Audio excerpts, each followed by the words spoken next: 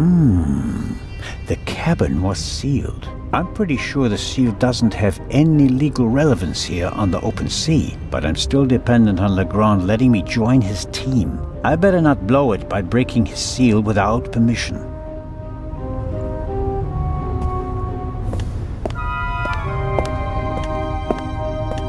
An antique wooden globe. If Galileo hadn't asserted himself back then, this would be a flat disk now. The globe nicely shows that 4/5 of the Earth's surface is covered by water. Looking out the window, I'd call that an understatement.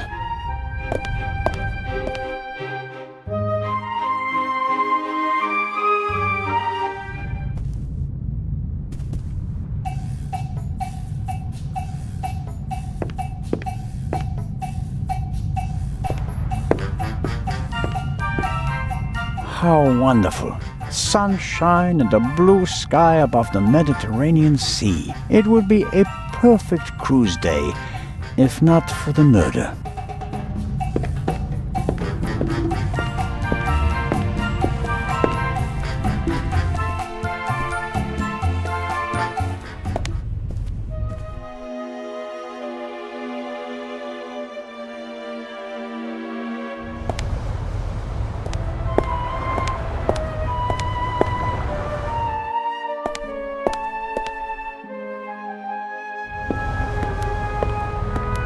I'd really like to lie in the sun and take a nap, but I don't have time for that at the moment.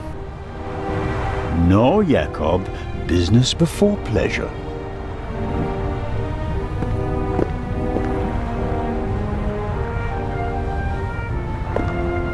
Did Edison have any idea what would become of his invention? Big, soft towels. I could reserve a deck chair with it. No, better not. These things made quite a racket last night. I couldn't hear myself think.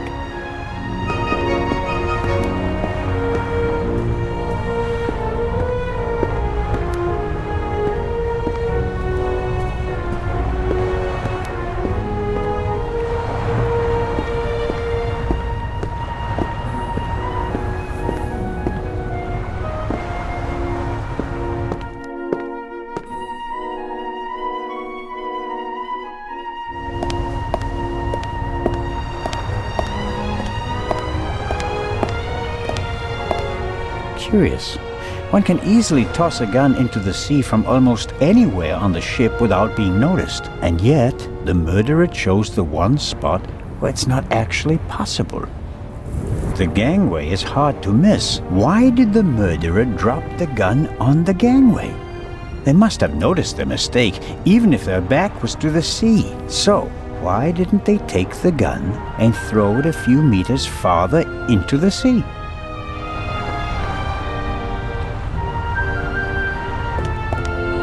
I suppose the life jackets are stowed there, close to the railing, close at hand in case of emergency. I hope I don't find myself needing a life jacket.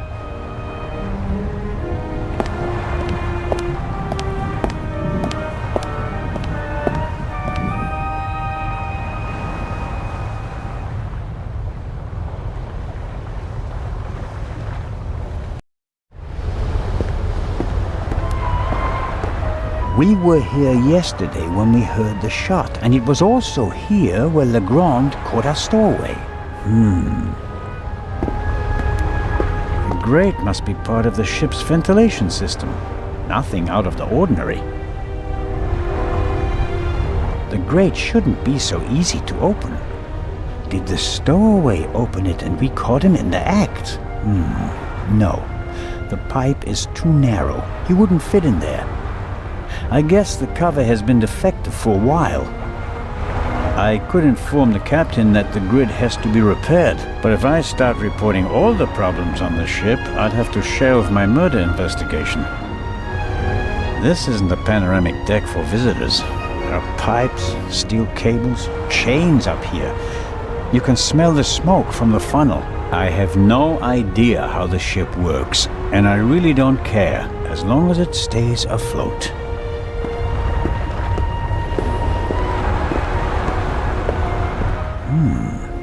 A boat like this would also make a good hideout for a stowaway. Were the tarpaulins arranged like that on purpose so that no one could put them back in order once they get in? You can tell at a glance that everything is ship-shape with this boat. Why is there an axe hanging here? I suppose it's for chopping through ropes in the event that the lifeboats can't be lowered. Or they use it to enforce who's allowed on the boat and who's not. The ship's bridge. 2 men. One of them navigating. I get the impression that the officers keep things running. It seems like the captain concentrates on the passengers and the bar. I better let the men do their work. If one of them had detected something yesterday, he'd already have informed Legrand or the captain. There's dirt piled up in the corner. Down below where the passengers are, the ship is pretty clean. But the crew doesn't seem to care as much up here.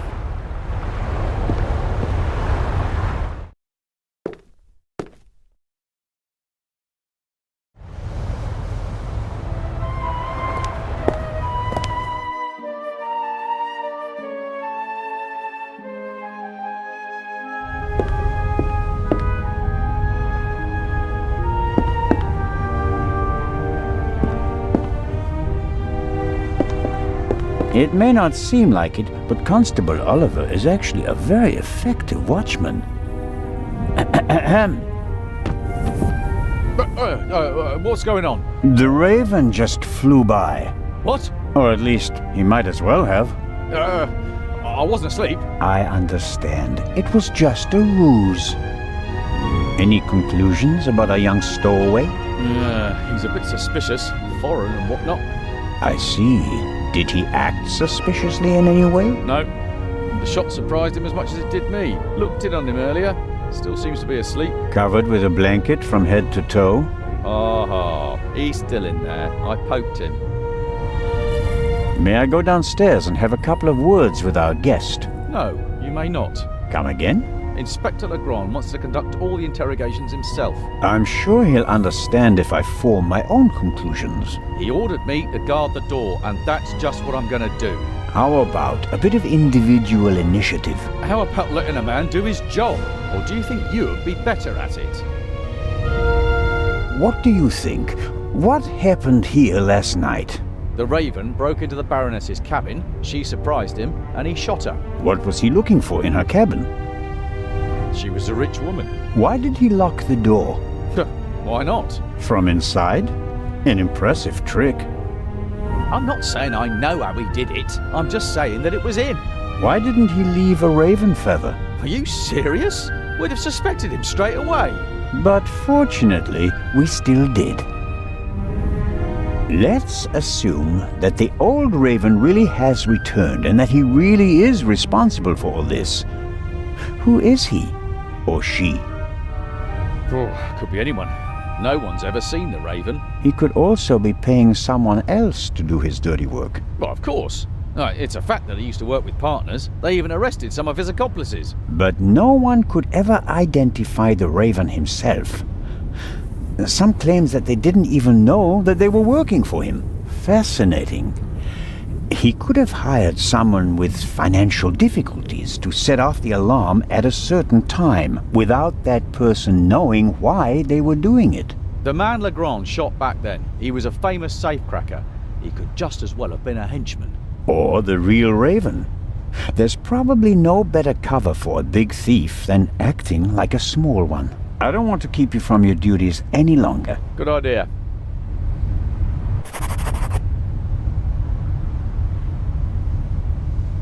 Constable Oliver brought something to drink. You can tell it's not the first time he's had to guard something.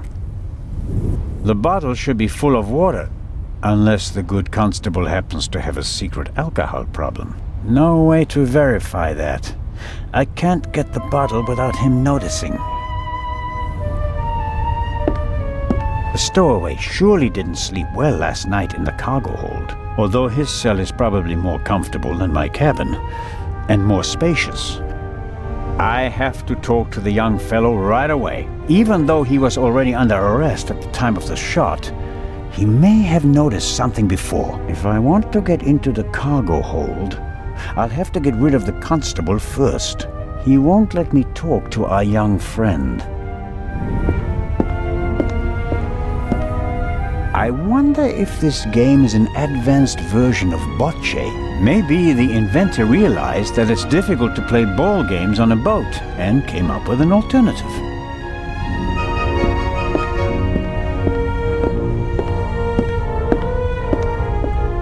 Salty sea air in my old lungs, wind in my thinning hair. If I hadn't become a policeman, I could have been a sailor.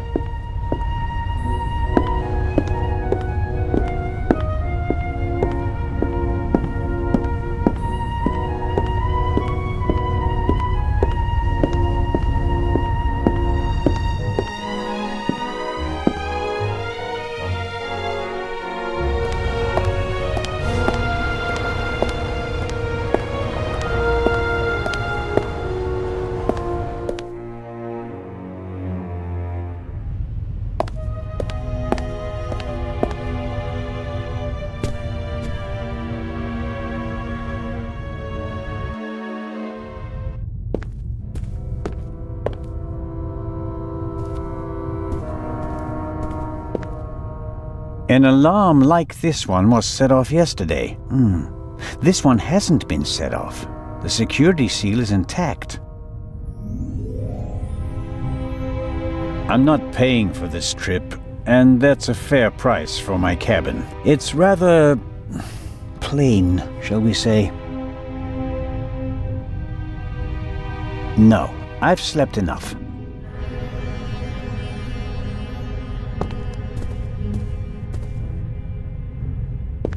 An evacuation plan, and some tips from the doctor for avoiding seasickness, sunburn, and the like. And here, a schedule of activities. A drink with the captain, a shuffleboard competition on the forecastle. That's about it. A real barrel of fun. A model of the Lydia before it was rebuilt. It used to be a freighter. The wide hallways, the cabins, and the saloon were added later.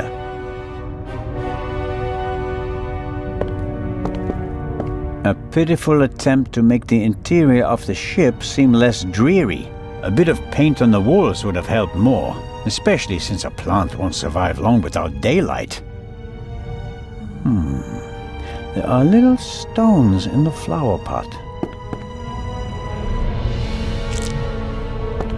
Not only does the poor plant have to make do without sunlight, it doesn't have any soil either.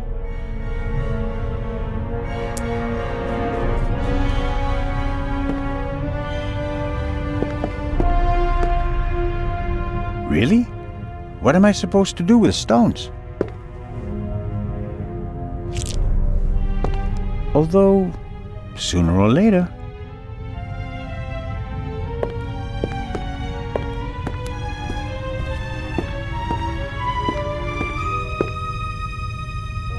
That is Legrand's cabin. Come in.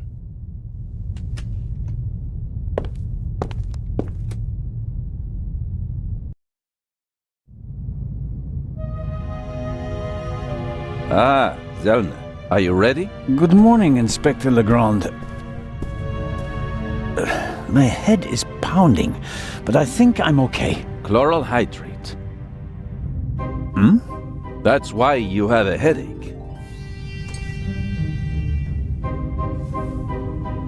I found traces of it in your champagne glass. What have you found out so far? The Baroness was shot in the chest at close range. We heard the shot. The murderer quickly fled the cabin and dropped the murder weapon over the railing later. A simple story so far. But why was her cabin door locked? Exactly.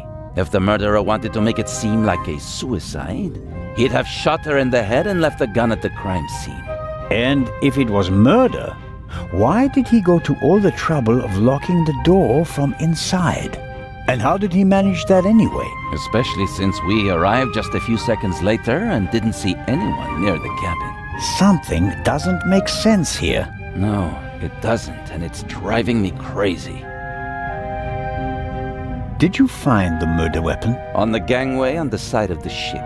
I suspect the murderer tried to drop it into the sea. He would have stood close to the railing to let it fall unseen. And since he doesn't know the ship, he had bad luck and dropped it right onto the gangway. Indeed. And do you find that probable? Not a bit. Neither do I. What kind of a gun is it? A pistol, a Luger 08. Antique. Manufactured 1,000,000 times during and after the First World War. Austrian model. The owner is David Kreutzer, the violinist. We found him tonight totally drunk on the bow of the ship. He confirmed that it's his gun, but he claims that it was stolen from him. Fingerprints? Nothing. But it's worth mentioning that the clip was missing 2 bullets. And it's definitely the murder weapon. The ballistic tests are incomplete. Actually, I've been waiting far too long for the bullet recovered from the corpse. Pay the good doctor a visit, Zellner, and see that he does his job. Do you believe the violinist? He'll be the first person I question. He claims he can't remember anything from the last few hours. Says he drank a bottle of schnapps. He was on the train and he doesn't have an alibi. His drunkenness could be a smokescreen. He fits the profile. He travels a lot, has access to high society. Could be interesting. And this chloral hydrate? Is a tranquilizer. Can be dissolved in alcohol. The effect begins in minutes and lasts for hours. Who gave you the glass of champagne? I think it was the captain. But he could have got the glass from someone else. Find out. Understood. You think that the jewel thief is the murderer? Our friend would have needed another key to open the safe and steal the second eye, the one the Baroness was carrying. At least, that's what we implied. What do you mean? The Baroness was famous for her forgetfulness. I convinced her to give me the third key. It seems safer for the eye. The thief searches the Baroness's cabin looking for the third key. She returns from the saloon earlier than expected. Surprises him, and he can't allow her to identify him. He imprisons her until the coast is clear, and then shoots her. And thus, the thief becomes a murderer. But still doesn't have all the keys. Are you sure that there's no bomb inside this time? Professor Lucien locked it in front of an audience, and it will be opened for the first time in Cairo. Let's hope so. It would take hours to crack it, and you'd need heavy machinery. Or the keys. Or the 3 keys, that's right. Do you really think that the Raven is behind all this? He wrote the letter that was on the safe in the train. Without the letter, we wouldn't have opened the safe and the bomb wouldn't have exploded. But it doesn't seem like him, does it? The Raven was famous in part because he never hurt anyone, much less killed anyone, during a burglary. It's his handwriting, and he called me Nico. No one else does that.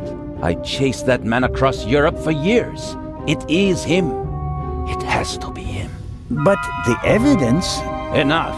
I'll be on my way. I want to find out who gave me the drugged champagne. Good idea. And get the bullet from Dr. Gebhardt. Of course.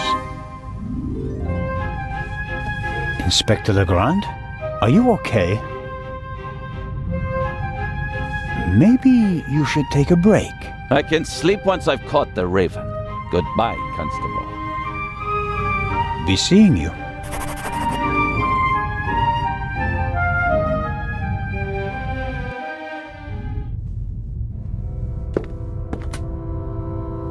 Legrand is risking not just his career, but his health as well on his hunt for the Raven. He's working like a demon.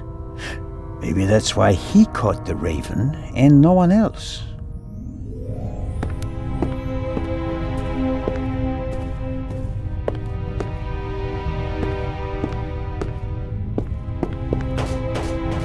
Come in.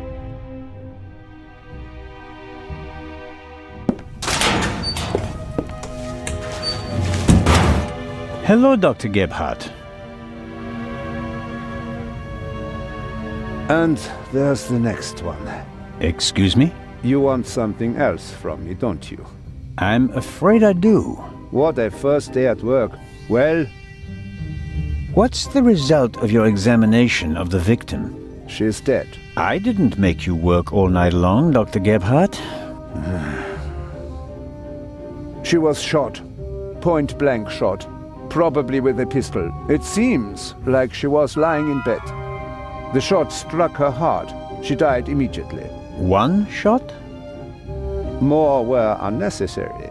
And we only heard one shot, no? And there's just one entrance wound. Just one. I am told that I was drugged. That's how it seems. What can you tell me about it? Me? Why should that be my business? Haven't you analyzed the glass? No, I haven't. The inspector said he's the better chemist. I let him do it. That way I could at least concentrate on the body. Do you think the Baroness might have been drugged? She was very tired and unsteady when Legrand and I saw her. Yeah, I heard about that. I must have just missed her in the saloon. And without having seen her myself, it is hard to make a diagnosis. Of course. Can you say something about her general health? She was quite overweight, and the butler said that she suffered from diabetes. Despite that, she hadn't visited a doctor for several years. Doesn't sound good. Happens more frequently than you might suppose. Some people are scared of doctors and pay with an early death. It is possible that the Baroness wouldn't have lived much longer anyway. Do you know whose glass I drank from? What do you mean? Captain de Conti handed me a glass of champagne. But where did he get it? I don't know. Did you ask him? I'm just asking because you were also in the saloon when the champagne was served. Yes, but I only entered the saloon a few seconds before you did. I didn't manage to get a drink myself. Which, in retrospect, is lucky. Ah, you're right about that. Have you already removed the bullet? Did Legrand send you? What is that Frenchman's problem? I already told you. I will get in touch as soon as I have it. That is also what I told the constable, who he kept sending all night long, once I finally got rid of Legrand himself. Did he look over your shoulder? He probably wanted to take the scalpel from my hand and hack away himself. But this is my surgery, and I will not let amateurs interfere with my work. That's understandable. How much longer will it take? I have just finished. Send my regards to His Majesty. Thanks. I think that's it for now. No. That is it for now, then, and later. I'm going to lie down for a few hours. Can you tell that to your boss? But...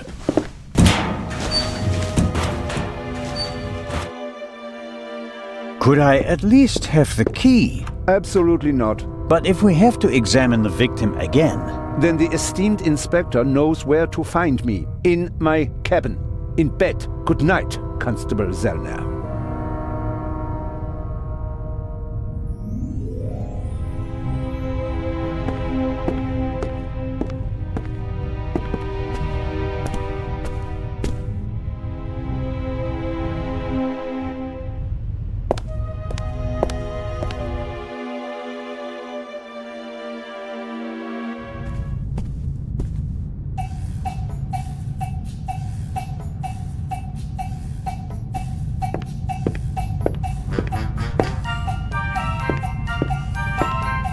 The alcoholic drinks and everything that goes with them is top-notch on this ship.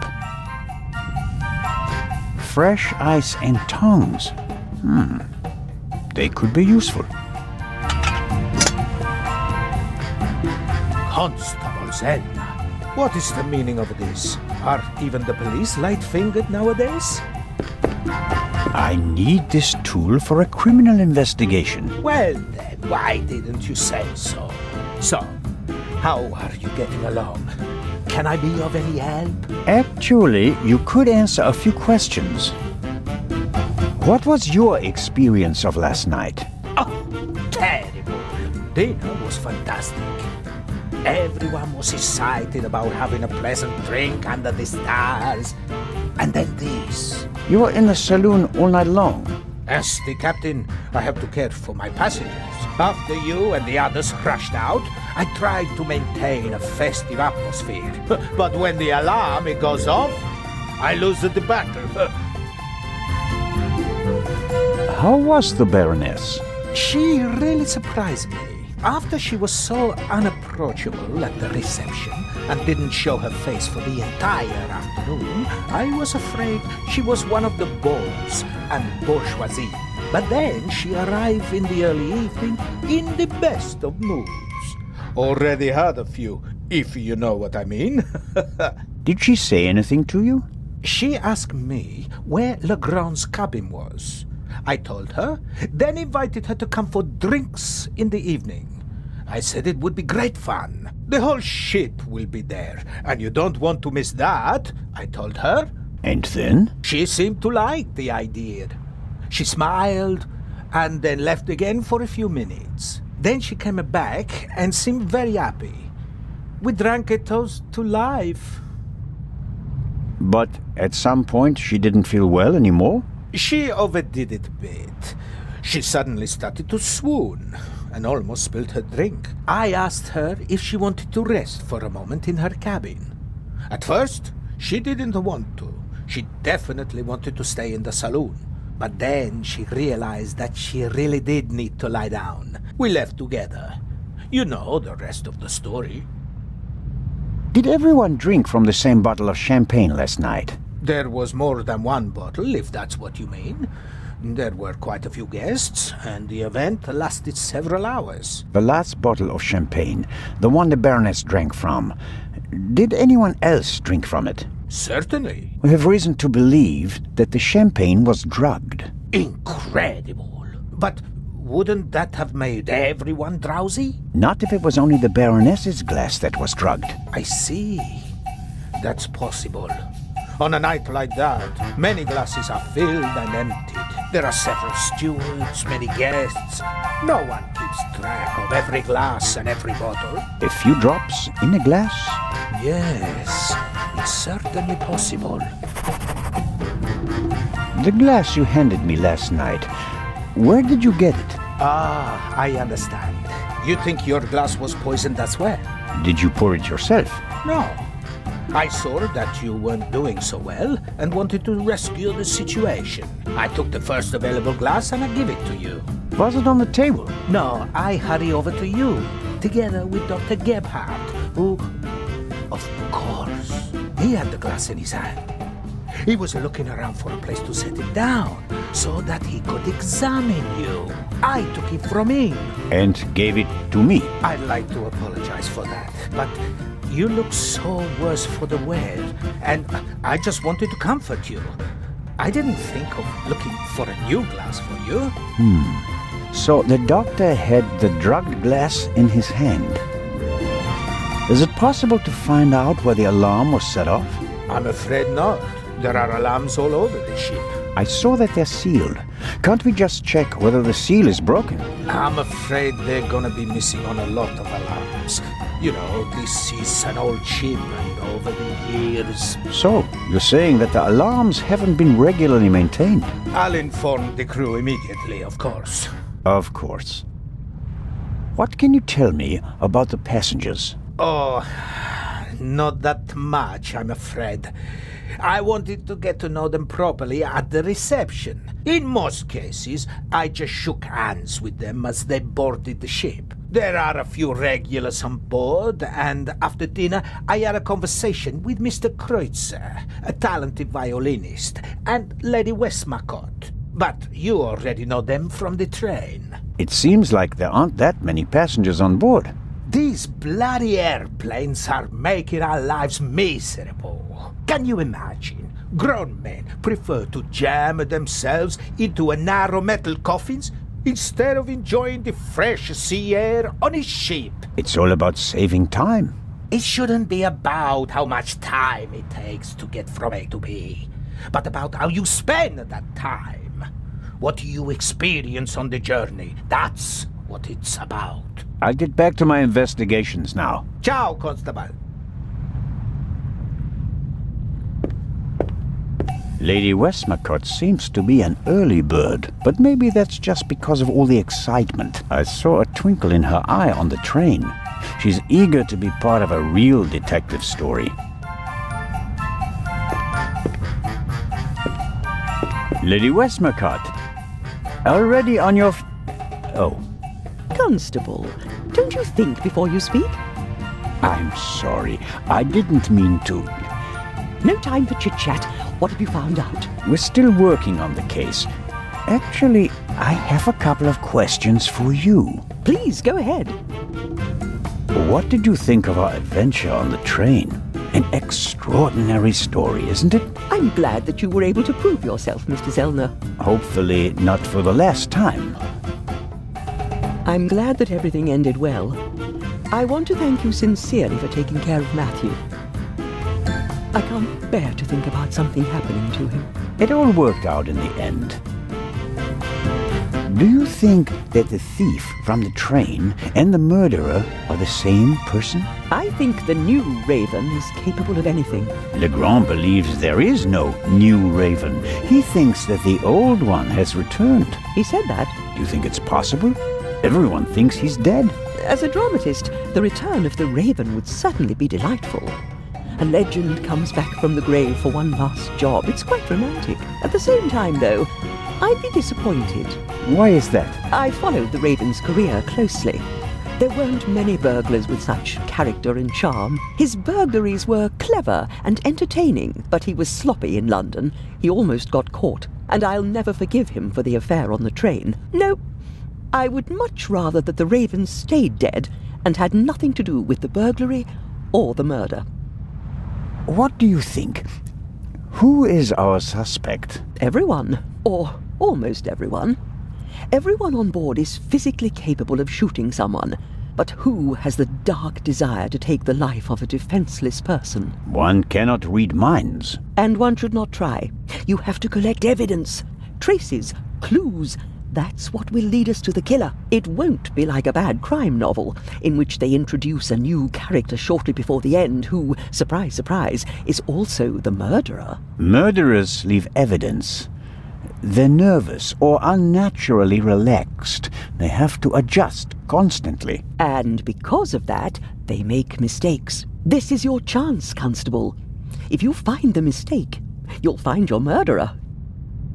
Have you noticed anything related to the murder? Unfortunately not. I was already in my cabin and missed all the commotion. Damnable old age. You're telling me. Oh, you're still young. At my age, you have to expect that you won't experience much anymore. And although I've written about murder so many times, I've never actually witnessed one. How exciting.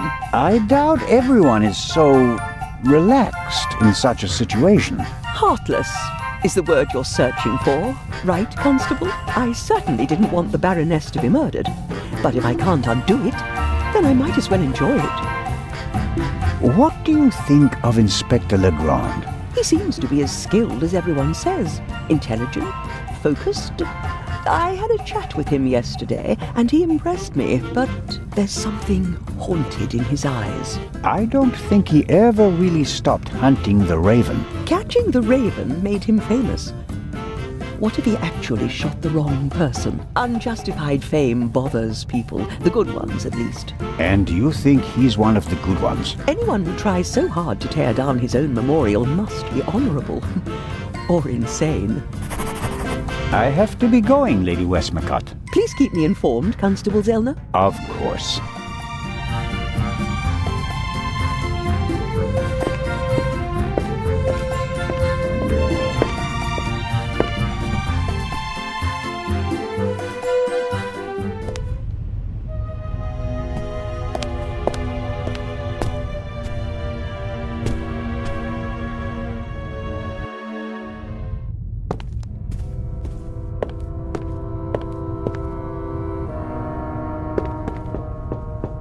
Come in.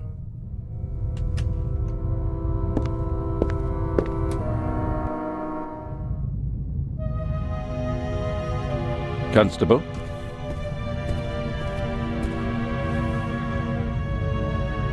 About the bullet. Here it is. Excellent. Give it to me. As I suspected, a 7.65 Parabellum Luger. Don't you want to examine it in more detail? When I have time. For now, though, we can assume that we have the murder weapon. There can't be too many antique Luger 08 pistols on board. May I take a look at the Baroness's cabin? We already searched it thoroughly. Sure. But what about now, by daylight? Yes, fine, it can't hurt. Here, take this with you. Thanks. I'll let you know if I find anything important. But only then, please. I'm very busy. Of course. About the tranquilizer. Who gave you the glass of champagne? It was Captain De Conti. You're sure? He doesn't deny it, but he also says that the glasses passed through many hands that night and that everyone had access to the champagne. So it could have been anyone. Maybe the question isn't who put the poison in the glass, but rather who it was they wanted to poison. Smart. And who were they trying to poison? Dr. Gebhardt? The captain got the glass from him. An unconscious ship's doctor. That sounds like it would be more use to a murderer than a drugged constable. You think so? Did the murderer have reason to assume that his shot might not kill the victim immediately and that Dr. Gebhardt would be able to save her? You're right. That's improbable. My ego is just searching for reasons for them to want to kill her and not me. Good job, Zelna. I'll be in touch if I uncover more clues. Very well.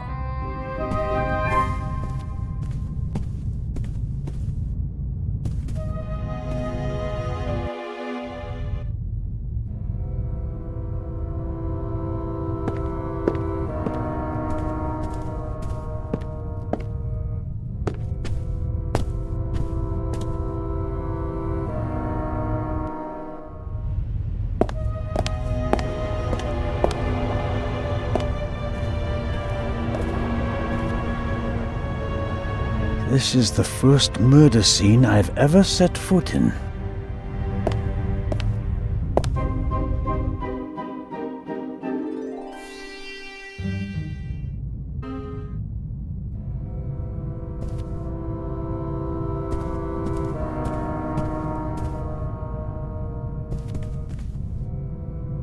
The portholes face the side deck. If someone climbed out of the cabin through a porthole, Legrand and I would have seen them. The portholes are locked. One cannot open or close them from outside. It's the same problem as with the door. If someone left the cabin through the porthole, how did they lock it? And the Baroness wasn't shot from outside. The doctor said she was shot at close range.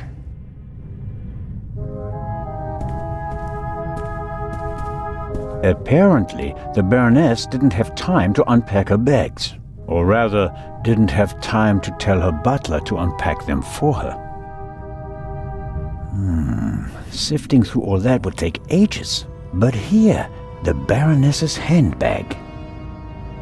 Ha-ha!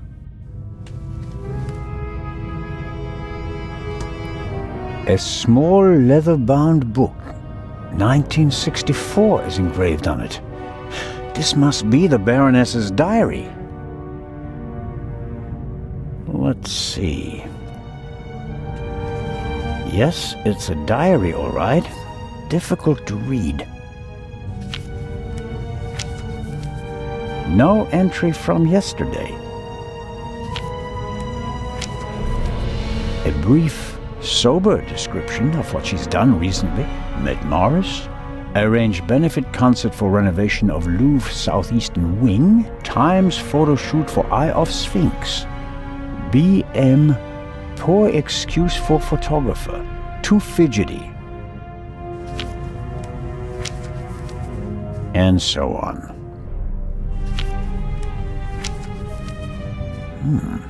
This entry looks strange. The handwriting is shaky, difficult to read. Dreamt of Bubby. Yesterday would have been his birthday. Next week, Jay's. The Baroness was a very busy woman, and it looks like she had to cope with loss. She writes about Bubby and Jay. Neither seem to be alive anymore. Almost every family lost loved ones in the war. Maybe hers as well. I'll leave it there. I don't have time to read all of it. Cosmetics, a handkerchief, a spectacles case. Nothing special.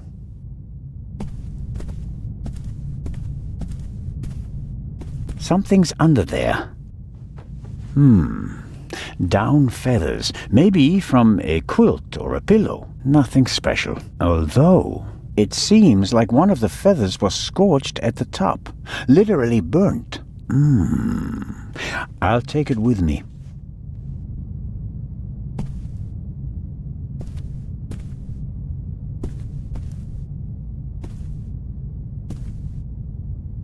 Sunflowers.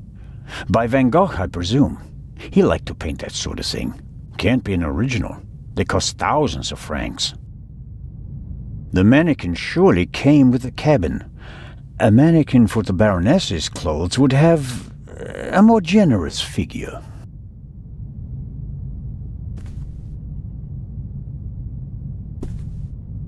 A big, ugly, and impractical vase. If it had a wider opening, one could at least use it as an umbrella stand.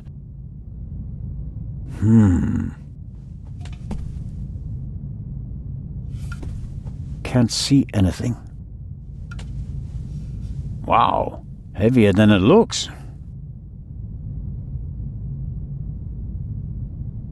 Aha!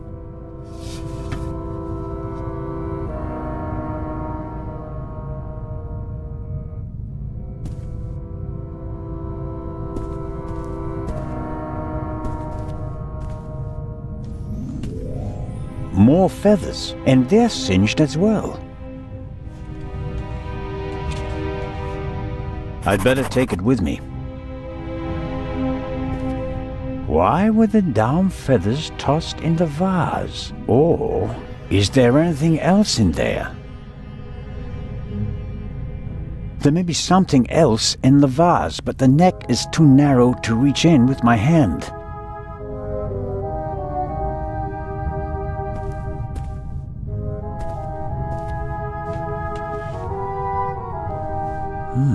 A tape recorder.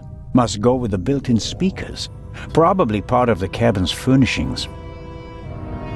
The tape recorder is older than the hills, but it was once very expensive. Top of the range. And it doesn't come cheap.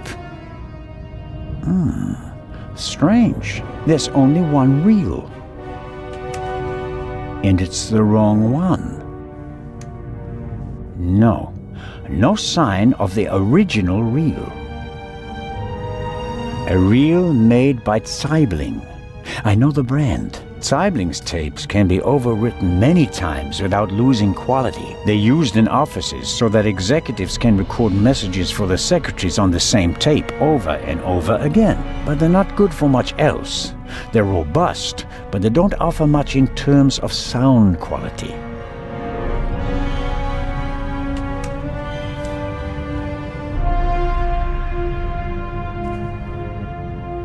There's still blood on the mattress.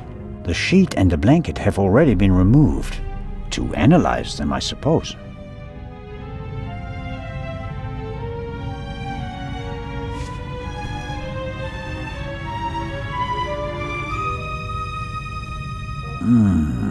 Nothing. The blood spot is the only sign that someone committed a crime in here. Somehow... That's odd. The blood is so red. Shouldn't it gradually darken in the air? Turn brown? The unusual color of the blood could be something that Legrand and Dr. Gebhardt missed last night. All cats are gray in the dark, as the saying goes. I should take a sample. The unusual color of the blood could be something that Legrand and Dr. Gebhardt missed last night. All cats are gray in the dark, as the saying goes. I should take a sample.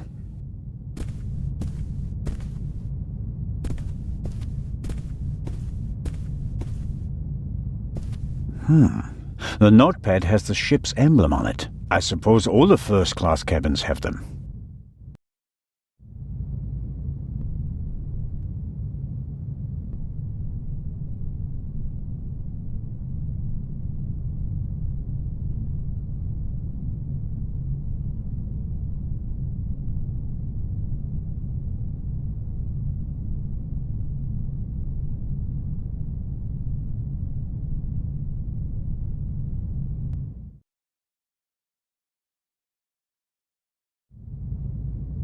It says, Inspector, be in the saloon at 10 p.m.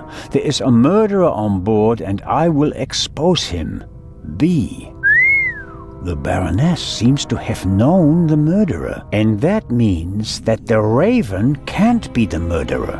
He never killed anybody. Legrand probably never got the message, otherwise he'd have said something.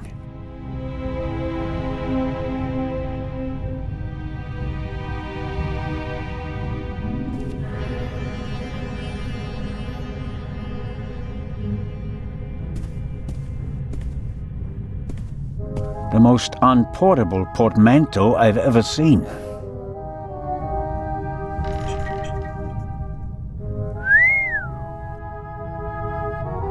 A portable bar is more like it.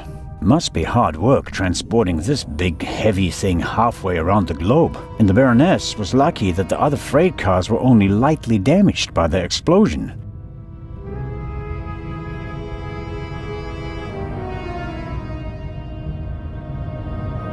An impressive piece, but I don't think it'll get me anywhere with the murder investigations. Another alarm.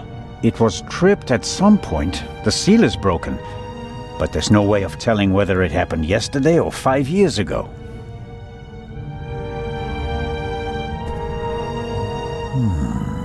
There should be a ventilation shaft behind the hatch. Usually a good way to break in and out undetected. But we're on a ship. The ventilation shafts are very small here.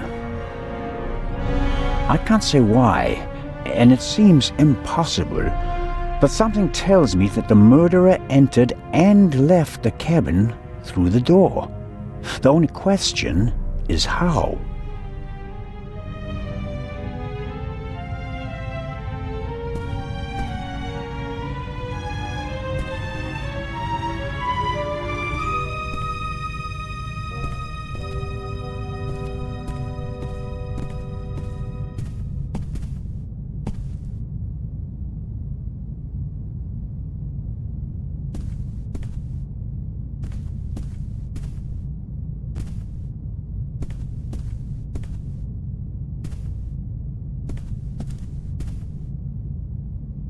The door frame was damaged when Dr. Gebhardt kicked it in. The real question is, why was the door locked in the first place?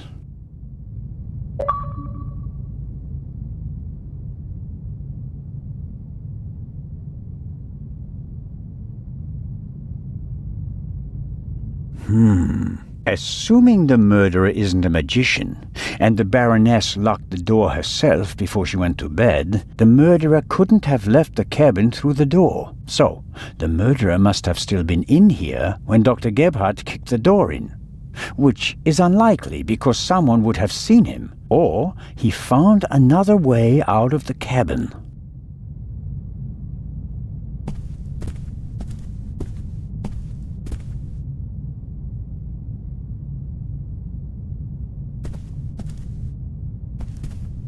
Could work.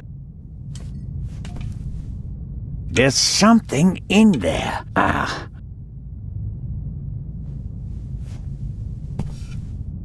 Someone stuffed this in the vase. Looks like it's been used to muffle a gunshot. If this isn't an important discovery, I don't know what is. Legrand, here I come.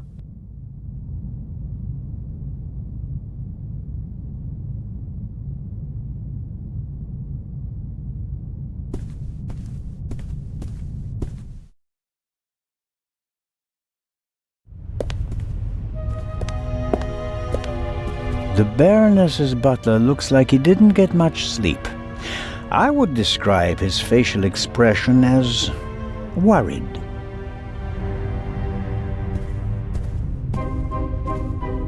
Hello, Mr. Inch. Oh, Constable, hello. You look the worse for wear. It must be terrible for you. Quite terrible. No one will hire me now. Excuse me? My mistress was murdered. Would you hire a butler who's been mixed up in a murder? But if it turns out that you're not guilty... If. But what if not? Who else would they blame? There are no gardeners on this ship. I understand your problem. Under these circumstances, I'm sure you'd answer some questions that could help clear your name, wouldn't you? Of course. Did you notice anything suspicious last night? No, sir. After the Baroness went to the saloon, I went to the forecastle. I was there until the alarm went off. I went to the side deck and arrived shortly after Professor Lucien and Miss Miller. We found you and Inspector Legrand there. You were unconscious, and the inspector asked us to take care of you. Did you hear the gunshot? No, just the alarm, sir. You said you were on the forecastle. It sounded like the Baroness let you have the rest of the night off. Not entirely, sir. One of the crew informed me that the Baroness wanted to be roused at 10:15. Right.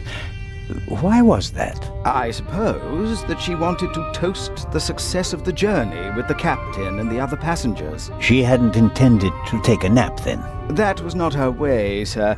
She had a lot of spirit, shall we say, when it came to social engagements and a glass or two of champagne. The Baroness's cabin seems to have been ransacked. Indeed, sir, by the Baroness herself. Really? She was searching for something the entire afternoon. And did she find it? I think she did, sir, yes. She was in high spirits when she finally left her cabin. You wouldn't happen to know what she was looking for, would you? I'm afraid not.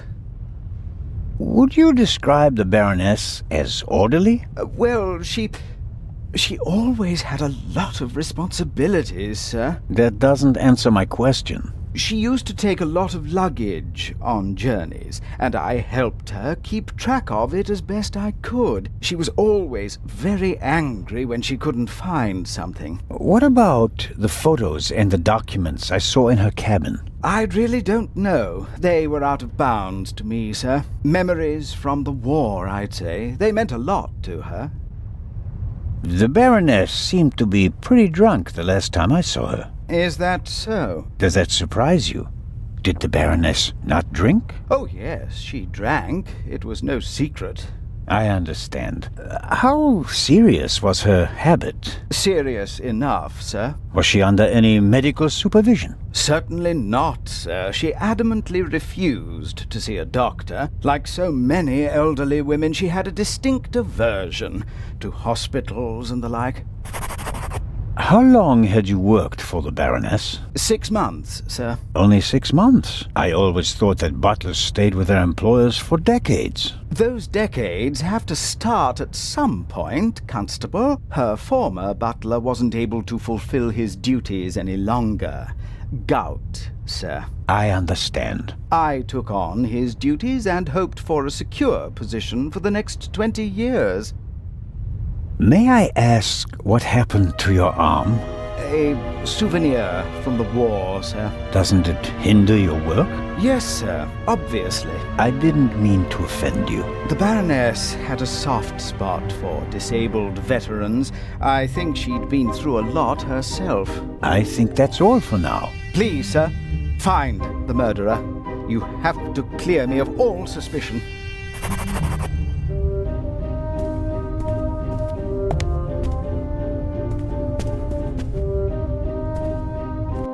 A singed pillowcase is proof that there must have been a second gunshot.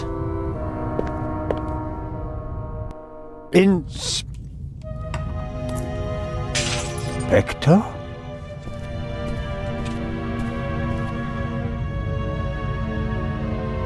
Can't you knock? I didn't realize. I'm not getting anywhere. I'm going to question each passenger individually. Anyone without an airtight alibi will be checked for gunshot residue. But, Inspector... People trip up when you put pressure on them, Constable Zellner. The Raven is nervous. He's changed his methodology and become a murderer. I'll see it in his eyes. After you. But, Inspector Legrand...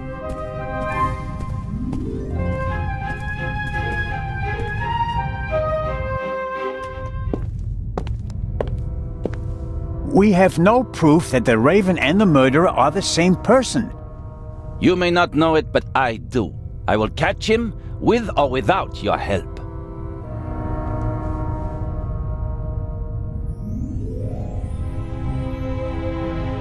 I don't believe it. What's gotten into him? Oh, well, it makes no sense to tell him about my theories if his opinion is already set. I need evidence. Or better yet, the murderer. I also need his lab if I'm going to get anywhere. I need to get in there somehow. And I really need to talk to the stowaway. He may have information, and the inspector will just ignore him, since he's too young to be the Raven. Legrand locked the door.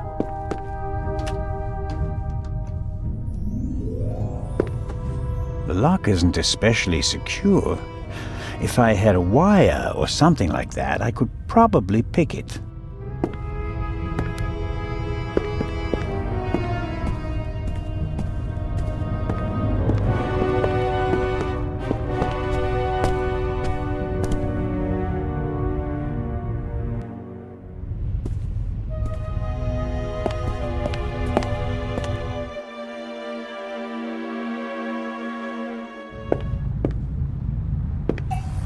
Mr. Kreutzer, come on, you have to give me a bit more. You're the only one who was on the train and who has no alibi for last night. As I said, I was in my cabin. Are you sure that it was your cabin and not the Baroness's? Legrand will question the guests, one after another. But if he doesn't get the answers that he wants to hear, it could become unpleasant for them.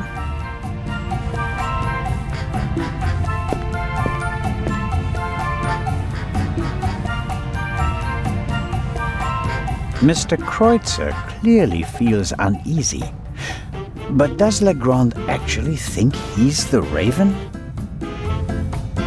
Legrand is absorbed in the interrogation. He still seems pretty annoyed. The violinist seems to be bearing the brunt of it.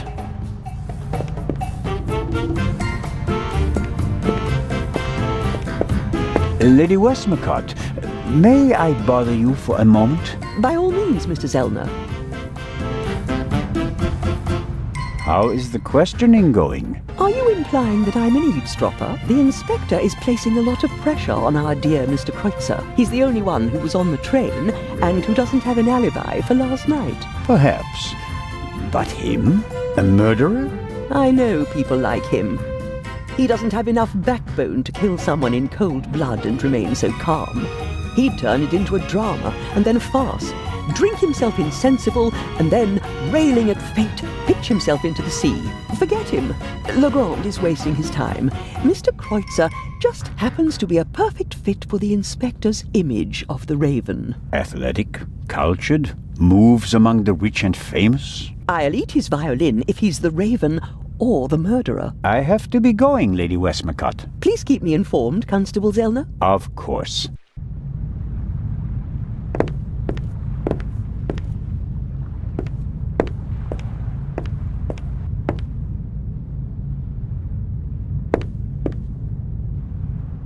Excellent.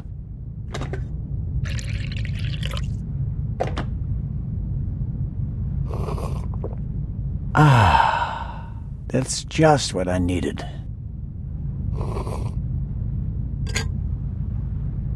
Coffee is not bad at all, but one cup is enough.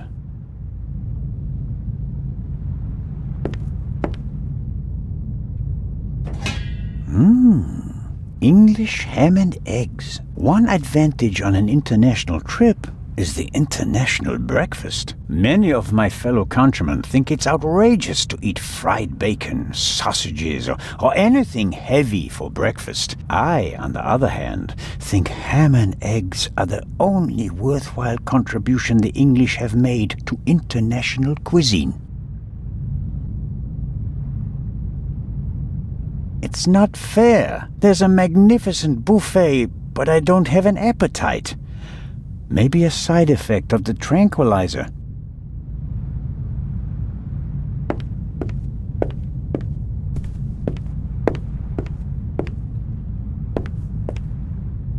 It's not... There's a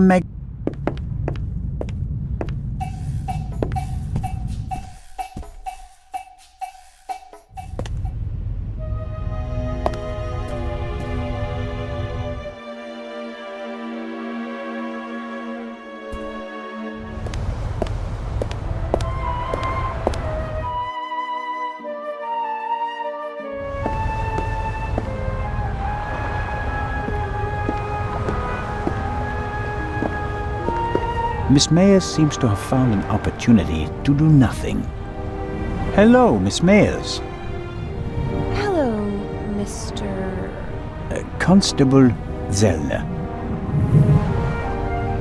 Do you think it's appropriate to go sunbathing in a situation like this? What situation? A woman was murdered last night. If refusing to sunbathe could bring the dead back to life, I'd go back to my cabin immediately. Did you hear or see anything suspicious last night? No, I didn't feel very well last night. I went to bed early. So, you're feeling better this morning? Thanks for asking. I'm sure your parents are truly sorry that they can't be with you at this difficult time. Maybe, but I'm not a little girl anymore. And thinking about my fiancé keeps me going. You're engaged? Yes. My boyfriend and I got engaged right before the trip. I want to surprise my parents, especially my dad. I'm sure he'll be very surprised. But what will you do if your father doesn't agree to the engagement? What choice does he have when he put me on this boat full of thieves and murderers in the first place? Charming. Enjoy the sun, Miss Mayers, and don't let us disturb you. If you're trying to make me feel guilty, Constable, it's not working.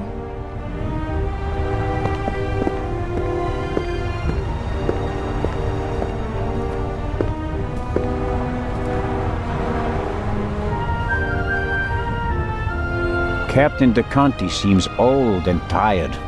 The price you pay for a life like his, I suppose.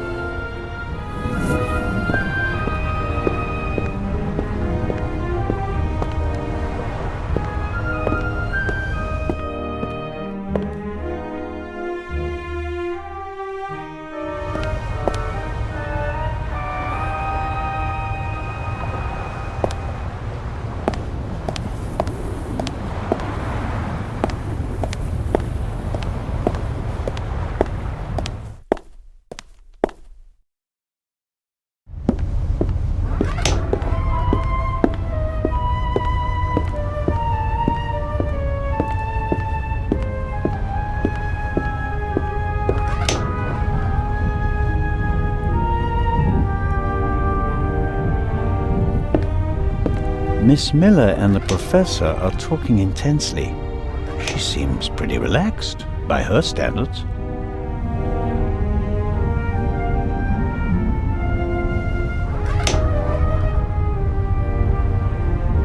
Good morning, Miss Miller. Professor Lucien? Constable Zellner, how are you? I heard you passed out last night. Well, not quite. I was poisoned. Oh. That wretch! Who do you mean by that wretch? That stowaway! That new raven! The young man can't be the murderer. Constable Oliver had already apprehended him when the shot was fired. You mean... Whoever killed the Baroness is still on the loose. I think I should take my leave. I'd like to rest for a while. One last question, Professor. Do you think the eye is well protected in the safe in Legrand's cabin? Of course it is. They assured me that it would take hours of work with heavy machinery to crack the safe. And if Legrand isn't in his cabin, Constable Oliver or I check that everything is in order every hour. I understand. I want to go back to my cabin. I'll see you later, Mary. Oh, of course. See you later. I didn't want to interrupt your conversation with Professor Lucien so abruptly. I don't know what's wrong with him. Learning that there's still a burglar on board seemed to frighten him. He was so relaxed the whole time, and then... And then the stupid Swiss constable came by and made him anxious. Oh, I didn't mean that. No matter. I'm sure he'll calm down and come back soon enough. May I ask you a few questions? Of course. How is Matt? He seems happy enough. After all the commotion, he's already back to his old self again. But I haven't told him about the murder. That would be a bit too much for him. I think he's made of sterner stuff. I want to thank you again for what you did on the train.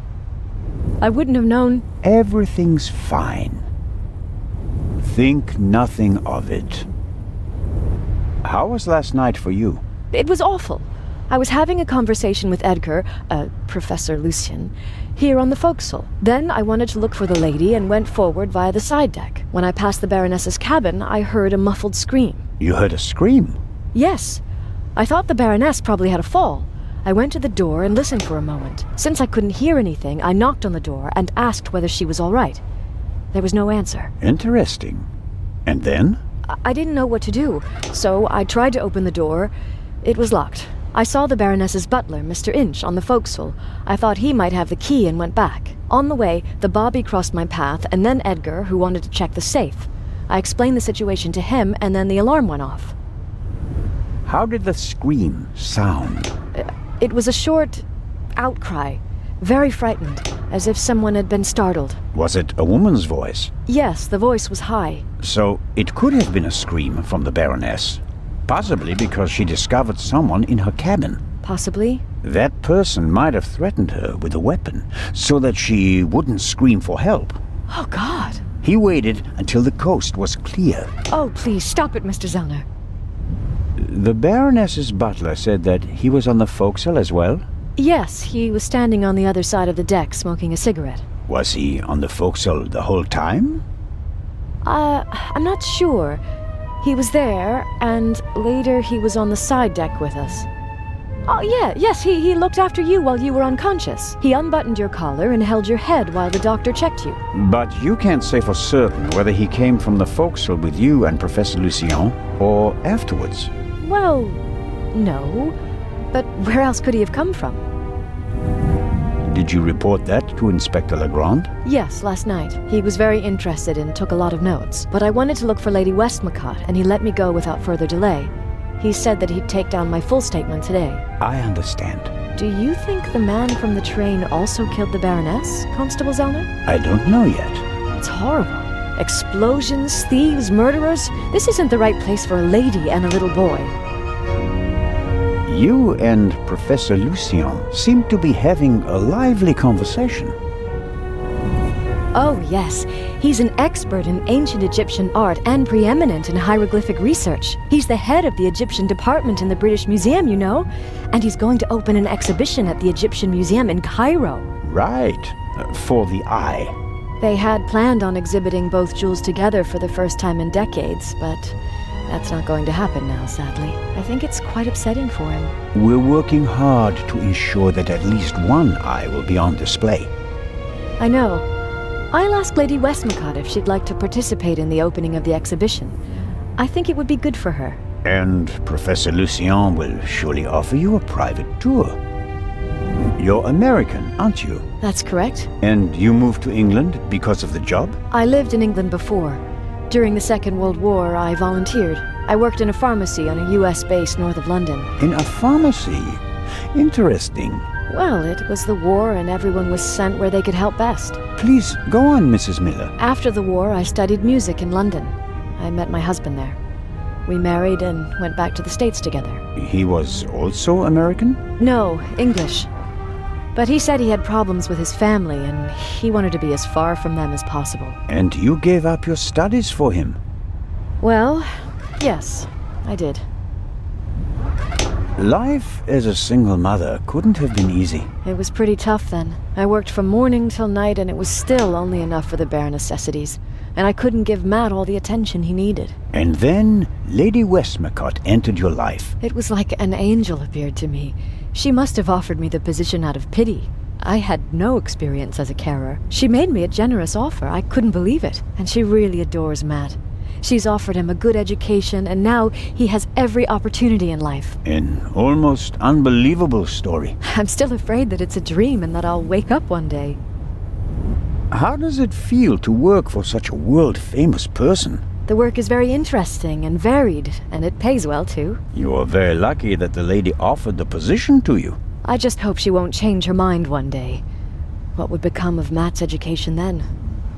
I really make an effort to measure up to Lady Westmacott's expectations, but sometimes I feel like I fall short. Lady Westmacott couldn't ask for a better companion. I'm saving up as much money as I can all the same. I'd do anything so that Matt doesn't have to give up his new life. Lady Westmacott dropped a hint on the train that she killed her hero, Partout. What did she mean by that? Oh, she must have meant the manuscript. Manuscript? She always takes it with her. It's an unpublished Partout novel. I once asked her why she never published it. She said that according to her will, the novel's only to be published after her death. And in it, Partout will be killed? Maybe. I've never read it. No one has. You better ask her yourself. If you worked in a pharmacy, you would certainly know something about medicines and poisons. Everything is a potential poison, Constable. It depends on the dose. Have you ever heard of chloral hydrate? It's a tranquilizer, isn't it? I'm asking you. Lady Westmacott also asked questions like that, for her last novel. But since I've never wanted to kill anyone, I never bothered with things like strychnine and arsenic and all that. I could recommend something for a headache, a sore throat, or a rash. That's kind of you, but there's really no need. I'll be seeing you, Miss Miller. Constable?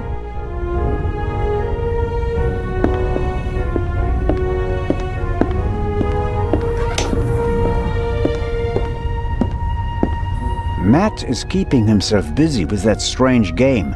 He seems to be okay again, but I think he'd be running around all over the place if he'd really come to terms with what happened on the train. Hello there, partner.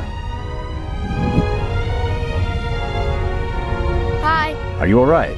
Uh-huh. Have you recovered from our adventure? Mr. Zellner.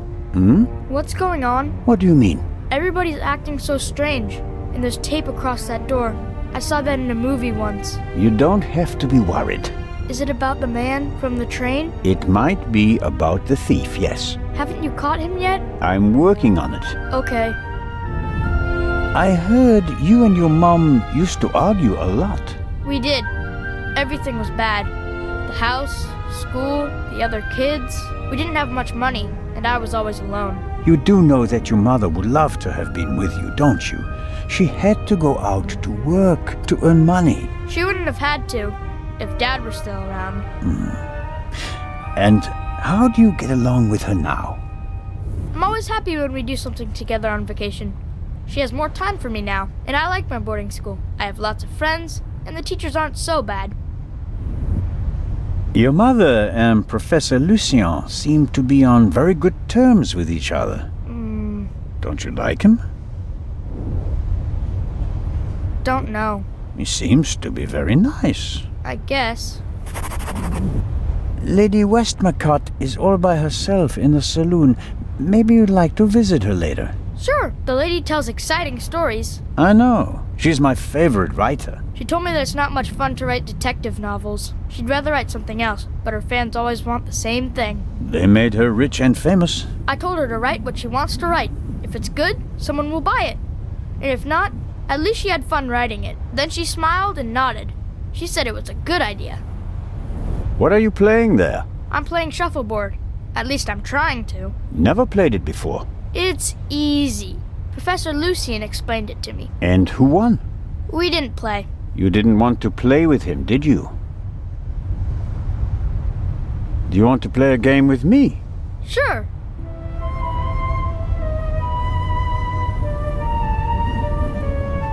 I think you'll have to explain the rules to me first. Okay, you play with the blue pucks and I play with the red ones. You have to push the pucks with this stick into the zone over there and score as many points as possible. Sounds easy. How many pucks do I have? 6. Now here comes the kicker. First it's your turn, then mine, and so on. But everyone is allowed to shoot the other person's pucks out of the zone.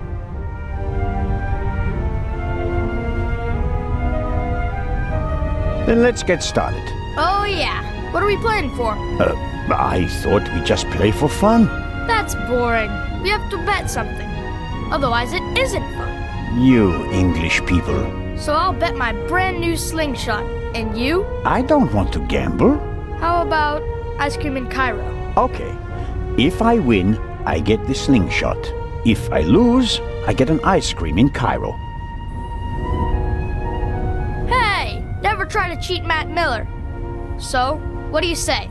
Ice cream versus slingshot? All right. Let the games begin.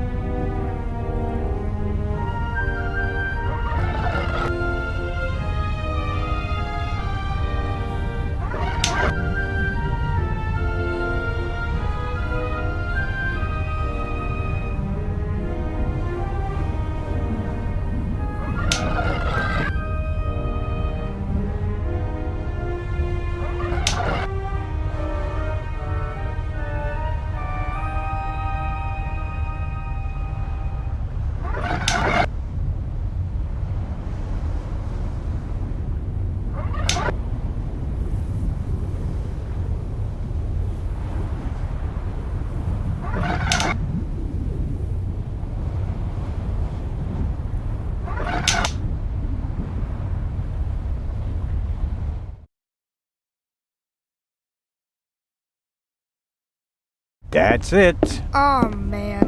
The athlete wins the day. One more time. No, that's enough for me. Alright. Here, Are you sure? gambling debts are debts of honor. I'll give it back to you when I don't need it anymore, okay? Okay, but make sure my mom doesn't catch you with it. She thinks it's dangerous.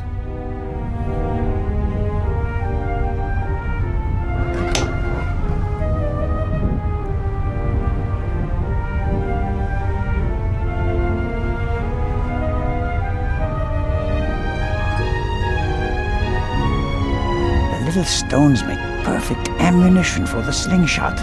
Now I just need a suitable target.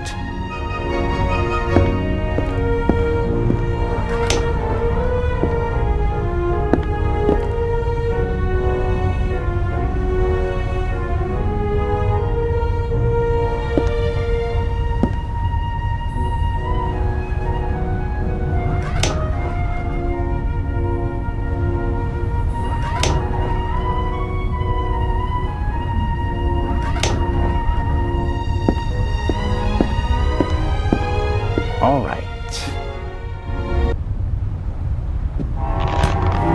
Ow! Ow! Ow! Ow! Ah! Hey, Zola, what in blazes was that? What? Something hit me! You mean someone shot at you? Yes, well, no, I don't know. Didn't you notice anything? I was riveted by the fantastic view. We Swiss aren't used to seeing the horizon like this. And my bottle's broken too! Oh, I don't believe this.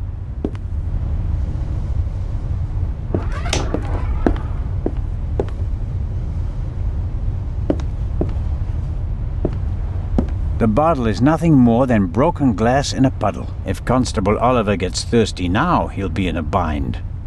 I should help out.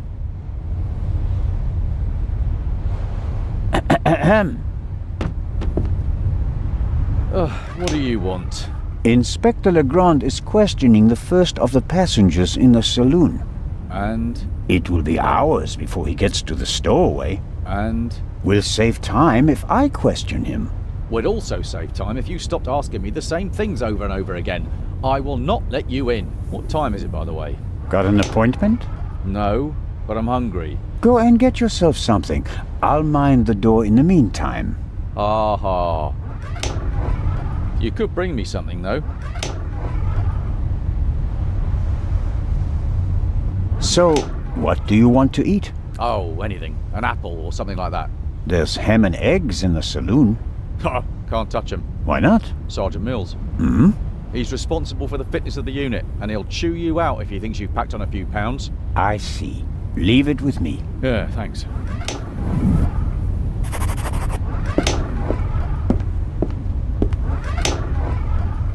I'll let him play for now.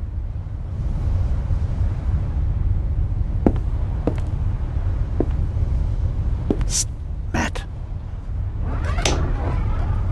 What? Here's your slingshot back. Really? Thanks. You're welcome, but... You should put Constable Oliver on the list of people who'd better not see it. I understand. Don't worry, I'll be careful. Good man.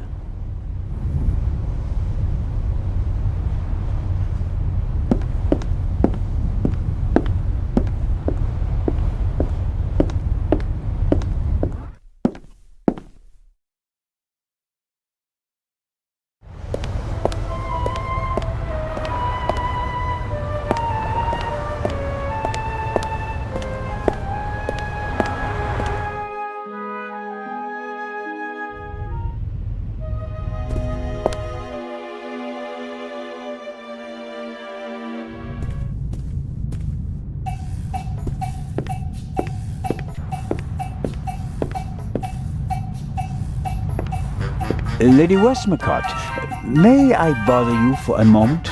By all means, Mr. Zellner.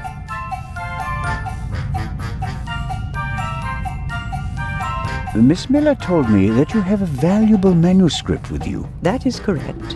An unpublished Part 2 novel.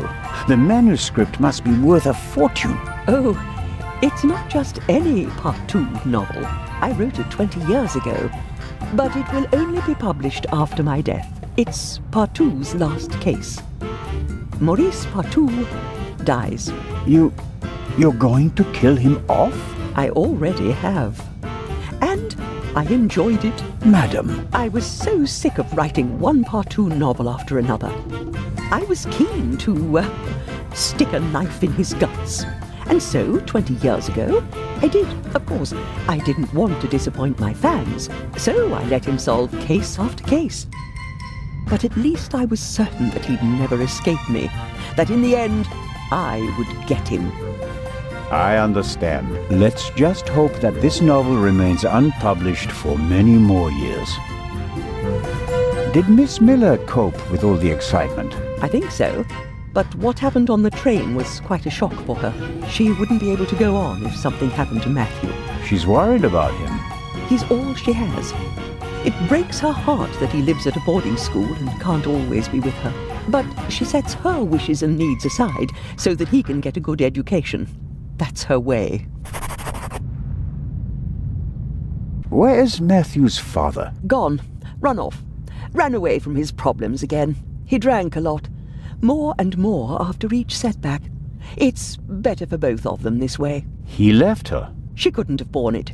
She loved him and wanted to stick by him. She fell out with her family over him. They couldn't understand her. And when he left her, the ground opened up beneath her feet. For 2 weeks, she was as good as dead. If she didn't have Matthew, she'd be dead. You seem to know a lot about it. I mean, about the time before Miss Miller began working for you. I have my reasons. And Matthew, Do you care as deeply about the children of your other employees? If you fail with your own child, you hope to do better with others, Constable. And the idea to send Matt to a boarding school was mine. Matthew idolized his father and blamed his mother for the fact that he wasn't around anymore. I was afraid the situation would escalate if he had to live on a country estate alone with his mother and some old people. I think I was right. He quickly made friends at boarding school. He's popular, well-liked, a real athlete according to his teachers, and his relationship with his mother has improved as well. He's headed in the right direction. I have to be going, Lady Westmacott. Please keep me informed, Constable Zellner. Of course.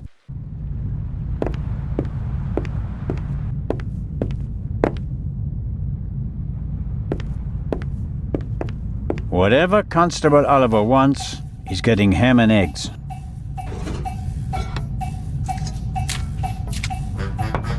And just a pinch of salt for our friendly constable. Good.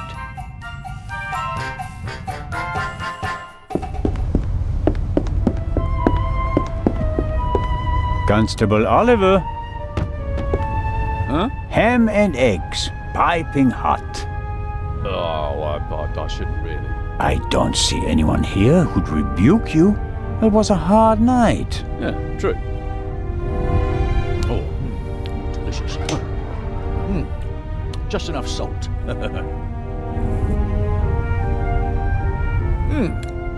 Oh, that was good of you. Cheers. You don't expect me to wash your dirty dishes as well, do you? Oh, of course not, Your Majesty.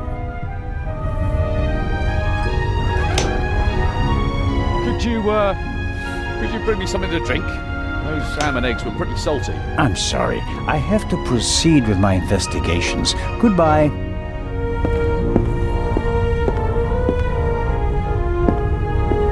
Let's see how long he can resist his thirst.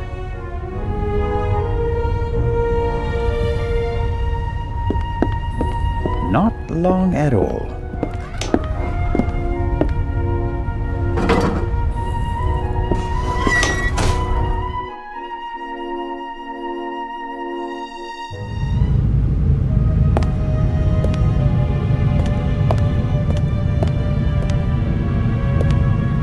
Nervous? I would be too in your position. Who are you? My name is Adil, and you are... Constable Zellner. Why did you sneak onto the ship, Adil? I wanted to go back home. You're Egyptian? There's no work for me in Italy. I want to see my family again. And since you don't have money, you stowed away. So what if I did? So, it was you who knocked me out. Me? Never. No? Where were you when I was attacked? Well, I couldn't take anything with me on this trip, so I snuck into the kitchen and took some canned goods. Interesting. And how do you know when I was attacked? Well, I thought it was yesterday, shortly before we set sail. I take this bump personally. What were you searching for on deck last night? I was hiding the whole evening. I wanted to go out and get some fresh air, see the stars. But then suddenly, they were looking for me. Were you in one of the cabins? No. Did you see anyone on the deck or on the roof? No. And after we arrested you? The English policeman put me in this cell. Then he left. I've been here ever since. And you didn't notice anything along the way? No, nothing. What about the gunshot? Didn't you hear it? Yes. The English policeman had already arrested me. We heard a bang and looked around. And then? Then, the Bobby was in a hurry to get rid of me. He almost pushed me down the stairs and locked me in here. He left, and then a short time later, the alarm went off. Constable Oliver wasn't with you anymore when the alarm went off? No.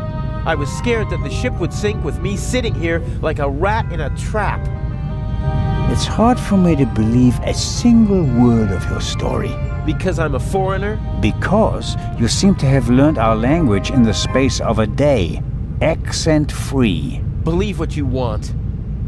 Who paid you to distract us? What? You went for a walk around the deck and let yourself be seen. Everyone goes off hunting you, and in the meantime, your partner shoots the Baroness in peace. No, I didn't do anything. I didn't want to distract anyone.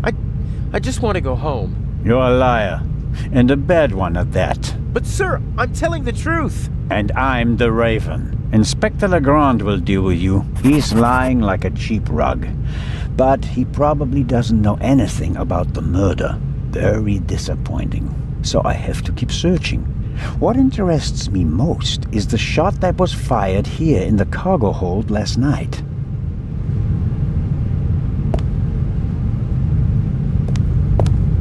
Whoever fired the shot hit the crate.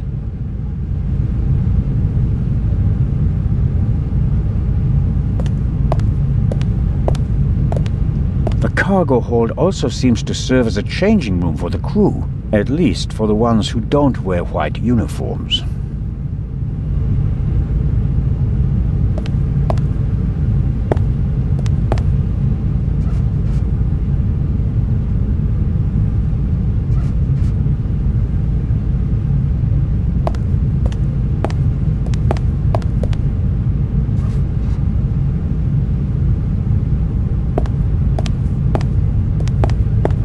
A stroke of luck. The lock is open. Oil-stained overalls. And here, an old toolbox.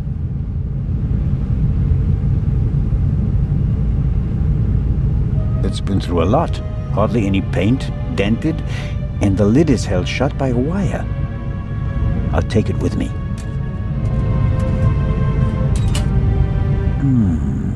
Some wrenches, a bit of wire wool, an oily cloth, and here, a screwdriver.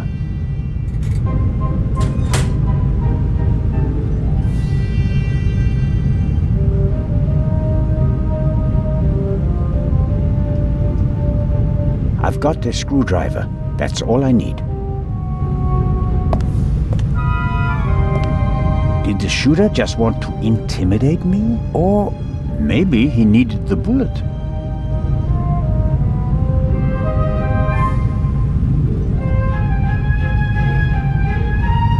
Well, I think the bullet is still in the wood.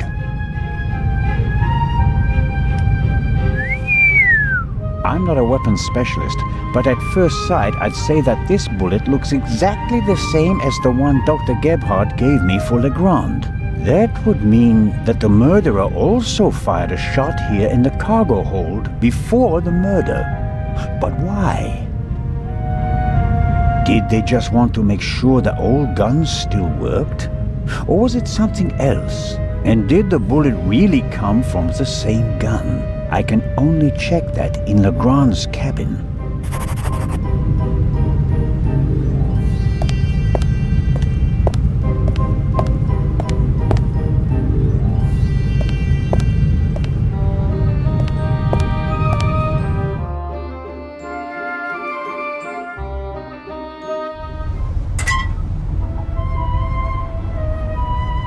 Takes the biscuit. I noticed that the door was unguarded. I just wanted to make sure that everything was all right. Tell it to Legrand. He's expressly forbidden anyone to speak to the witness before he does. Don't act like that. Legrand can't manage all this alone. We're a team. Only until the end of this case. Legrand already knows and gave his approval. Really? So you don't mind me confirming that with him then? All right, let's go to Legrand and tell him what happened. You fell asleep and then you left the door unguarded. Well, are we going? No, but don't try it again. Of course not.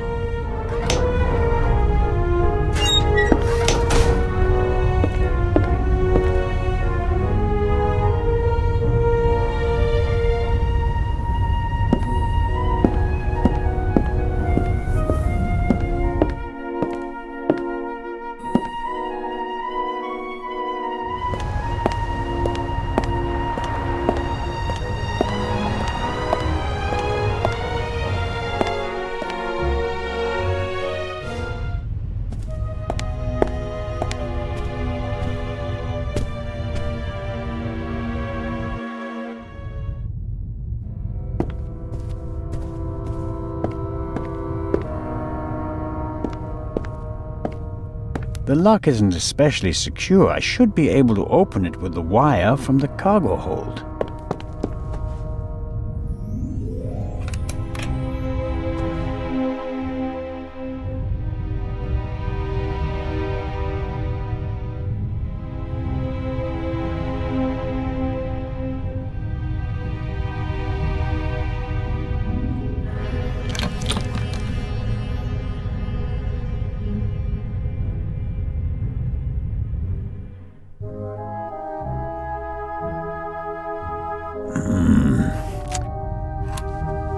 I'm out of practice.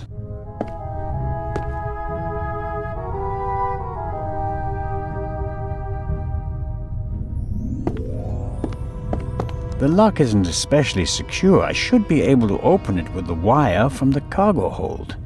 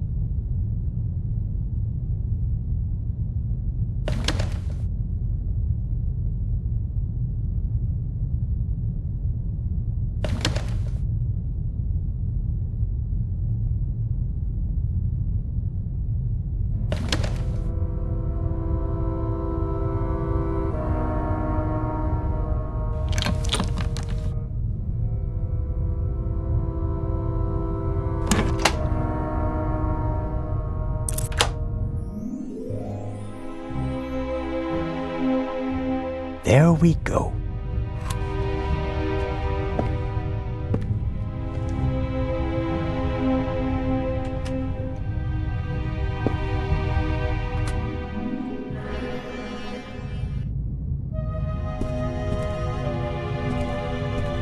A lock, master and son. Tough to crack. If I wanted to steal the eye, I'd concentrate on getting the 3 keys. If everything goes according to plan, the first time this monster is opened will be in the museum in Cairo. Fingers crossed.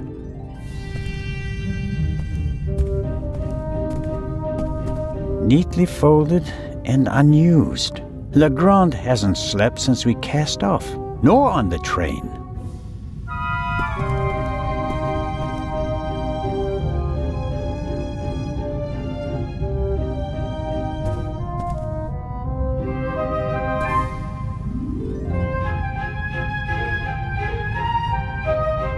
Legrand must have taken and developed the photos himself.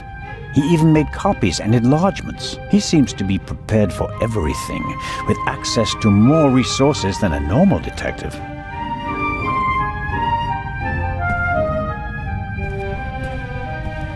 A microscope.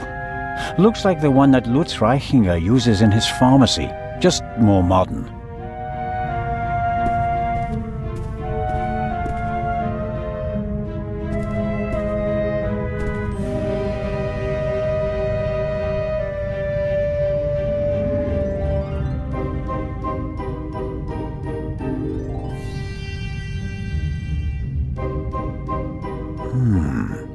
There's nothing written on the bottle.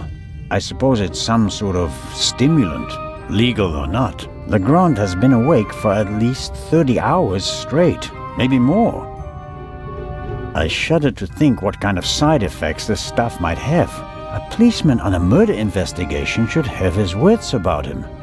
The risk that he could miss evidence or endanger himself and others is too high. Legrand's file on the Raven, centimeters thick but totally useless. We're not dealing with the Raven. Why can't he see that? Our man is ruthless, a bomber, and quite probably a murderer. This file belongs in a museum. It's history. The inspector should concentrate on the present. This is the pipe from the cargo hold. Legrand seems to have inspected it for fingerprints. I can still make out the powder. No. Nothing to see on the end of the pipe that the attacker held. Either he wore gloves or he cleaned the pipe. Aha! That's the bullet the doctor removed from the Baroness's corpse.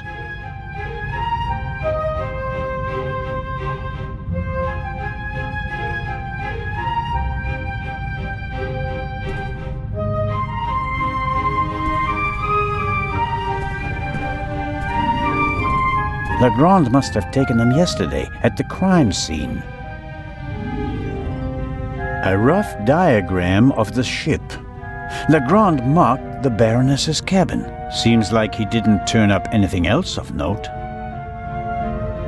Shot in her sleep. She didn't feel a thing. She went to sleep and never woke up. This photo provides an overview of the crime scene. Yes, the bed, the blood spot. The spot on the sheet is much bigger than the one on the mattress. There's blood on the blanket as well. A lot of blood, I'd say. The blanket and the sheet are gone. I guess they're in the medical center. Yes, that's how we found her yesterday, I think. I wasn't really myself at the time. No. Nothing suspicious.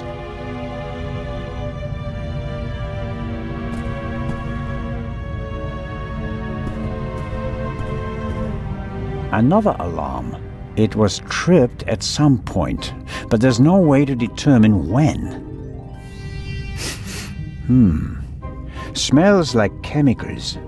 Legrand probably developed the photos in here. There are still fragments of the syringe that the inspector broke in the sink. Why is he pushing himself like this? Even if he catches the Raven, is it worth ruining his career and his health?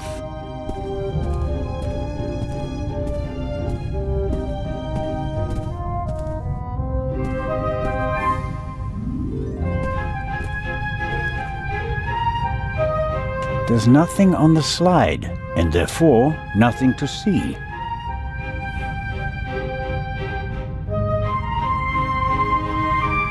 Okay.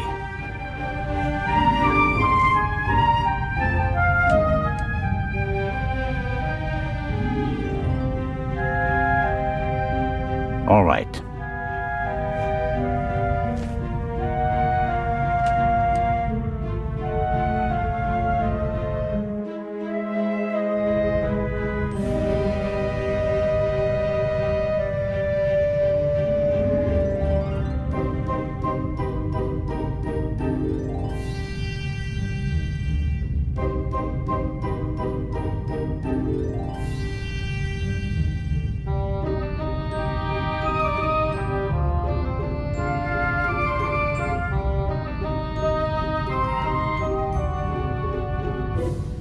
That's the proof. Whoever shot the Baroness also fired the shot in the cargo hold. What could that mean?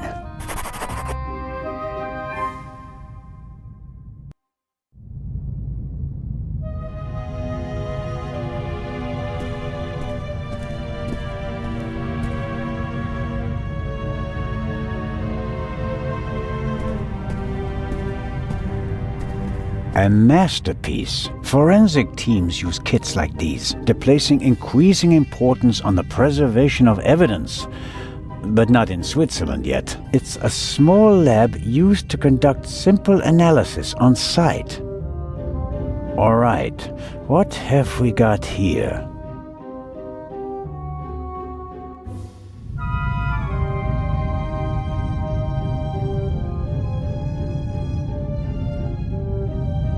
Half of the tools in this box will be interesting for an archaeologist as well. Actually, forensics and archaeology are really quite similar to each other.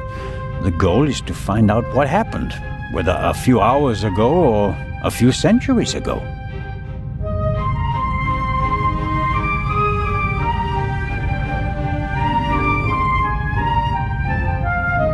I'm sure Legrand could work magic in this alchemist lab. Me, I'm just awestruck. What's this? Oh, how practical. A hermetically sealed cotton swab for collecting samples. I'll take it. Good Lord. Good Lord.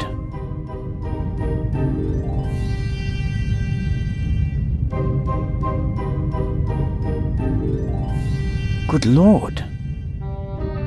A small glass bowl for mixing chemicals.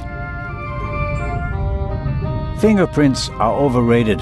Smart thieves wear gloves, or they make sure that there are too many fingerprints at the crime scene to check them all. For forensics in the woods or the open country, I suppose. No use on a ship.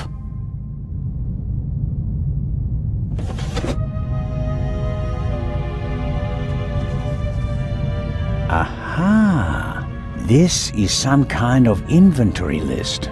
For each chemical it lists the chemical composition and a short comment on how to use it. And here's a list of the most important procedures. Fingerprints, gunshot residue, blood. I don't have to analyze the pillow and feathers to determine whether there's gunshot residue. I can smell it. And I don't have any other clues at the moment. Good Lord. A small glass bowl for mixing chemicals.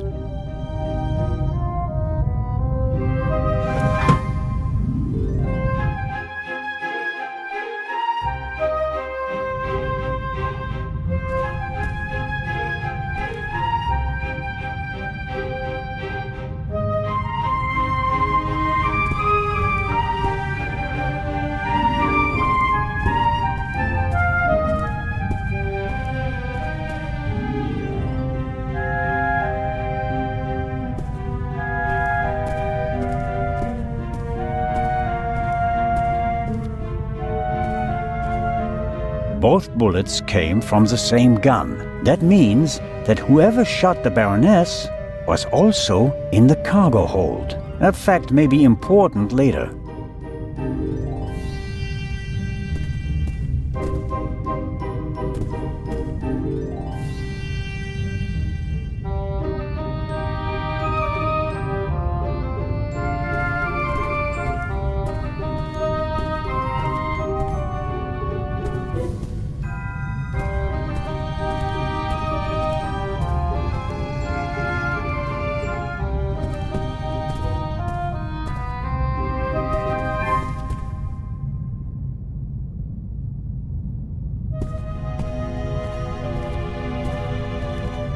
All right, what have we got here?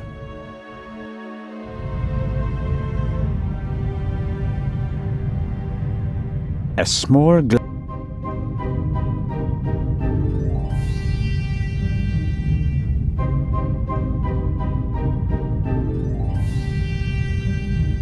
I guess our stowaway knocked me out. Whatever his story is.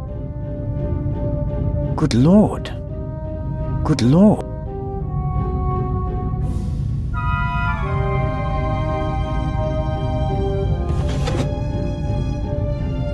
The book.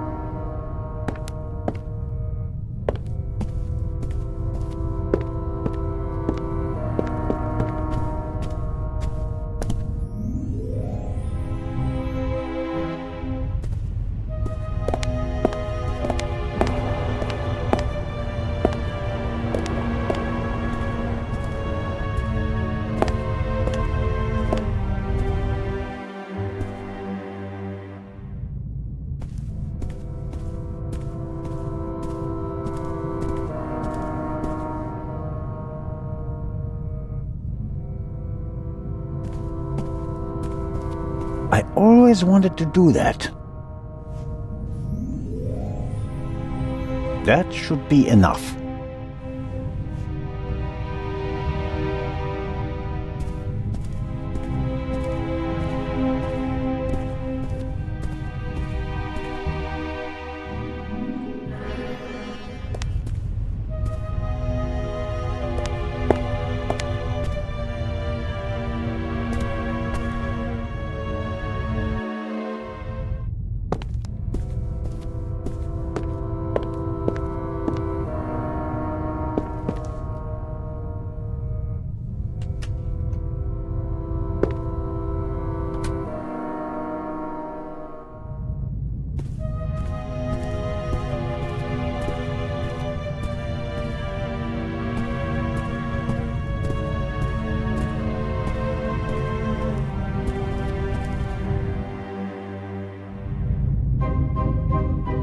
Good Lord, which of these chemicals are for analyzing blood?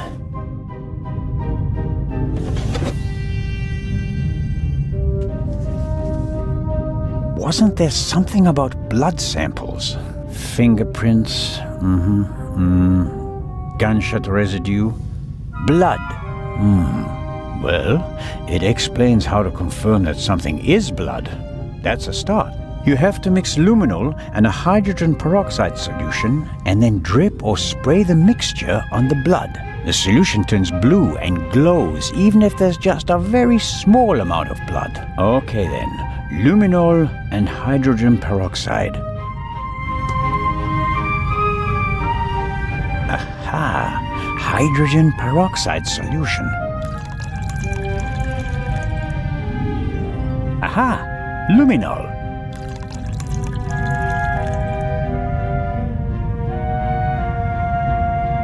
So, let's see what we have here.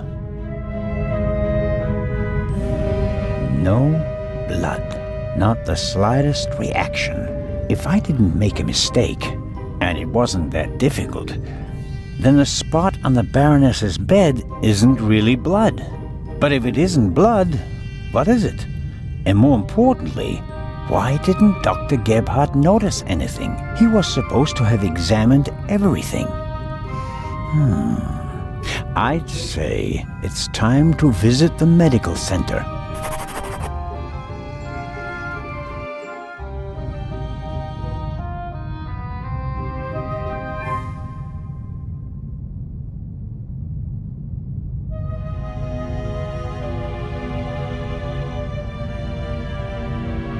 My knowledge of chemistry isn't good enough to find out what the red liquid is, but it's not blood. That's for sure. If the blood on the blanket and on the sheets is artificial as well, Dr. Gebhardt will have some explaining to do.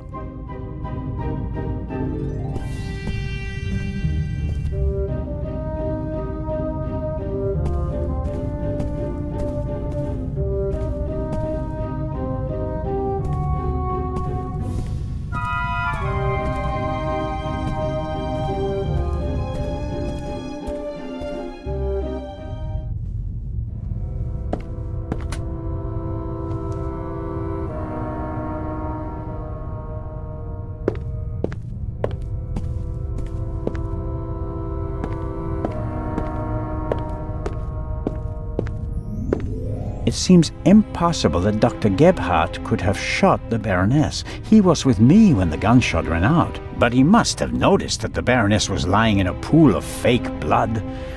Maybe he's covering for someone. Let's find out.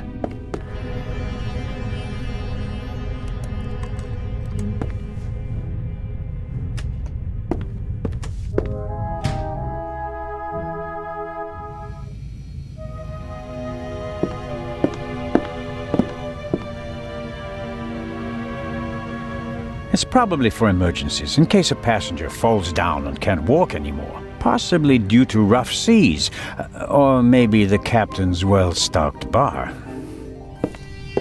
The sink looks like it's been cleaned recently. I can't say whether it was cleaned to comply with the hygiene regulations, or whether there was another reason.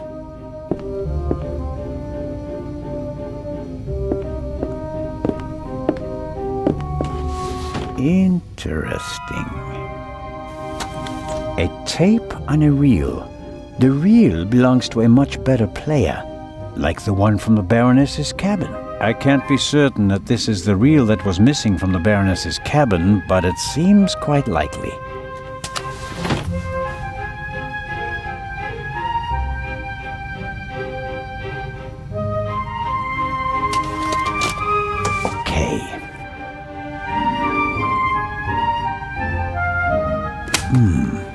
Nothing. Strange. There!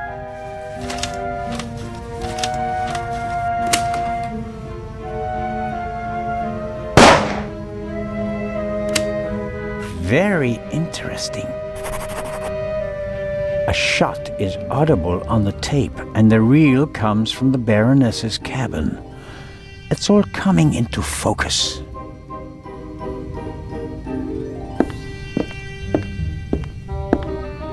I guess the trash bin is in here.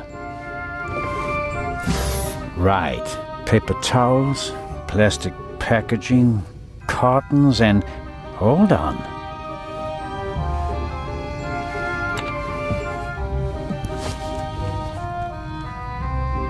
What's this? A burst rubber glove.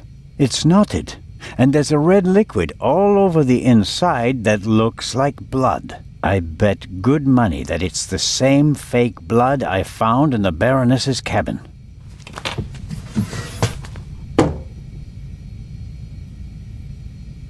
Dr. Gebhardt will have trouble explaining how rubber gloves full of fake blood got into his trash bin. First, the fake blood he missed in the Baroness's cabin, and now this. It doesn't look good for you, Doctor. That's proof enough for me that the doctor is involved in this. I should report to Legrand.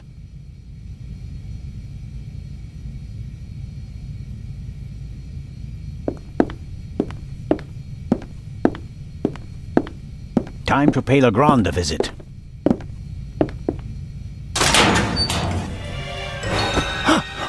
No!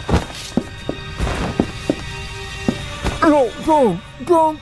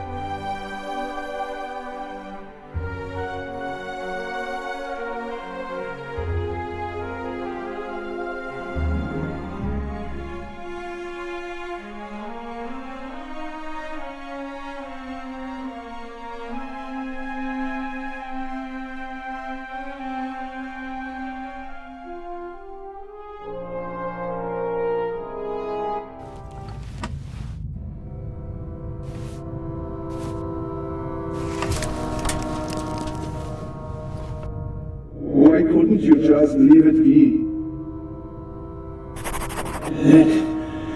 Let me go. Why are you doing this to me? You and the Baroness. Dr. Gebhardt, I don't know. Don't you understand what you are forcing me to do? You don't have to.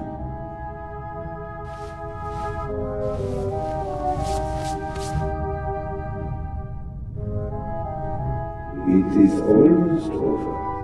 You won't feel a thing. I am sorry you have to see all this. I should have used more chloroform.